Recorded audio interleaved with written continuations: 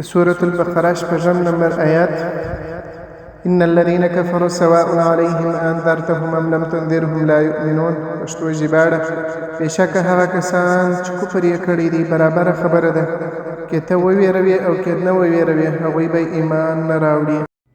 شان نزول هغه دا دی: دا آیات د هغو سخت لیدونکو او عناد لرونکو کافرانو په اړه نازل شوی چې د رسول الله صلی الله علیه وسلم د څرګندو معجزو دلیلونو او ویرولو سره سره یې بیا هم په قصد سره ایمان نه راوړي.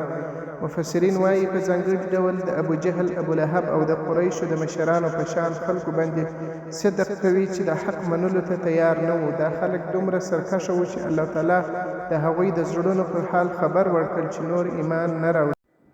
د تفسیر جلالین مطابق تفسیر هغه دا دی: اول، ان الذين كفروا، بېشکه هغه خلک چې کفر کوي، یعنی هغه څوک د کفر لار خپله کړې وي او په حق رڼا پسې ګرځي نه.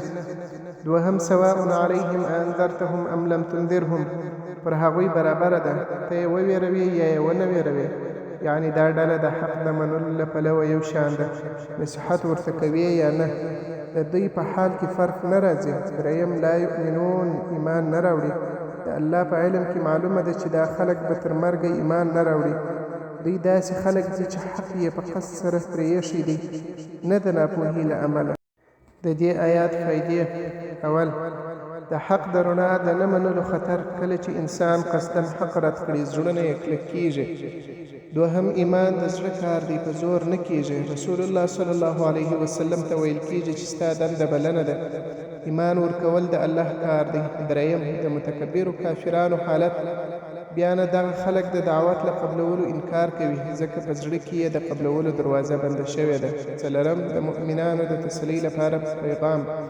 مؤمنانو پوه شي چې هر څوک د هدایت وړ نه وي، پیغمبران هم ټول انسانان نشي بدلولی.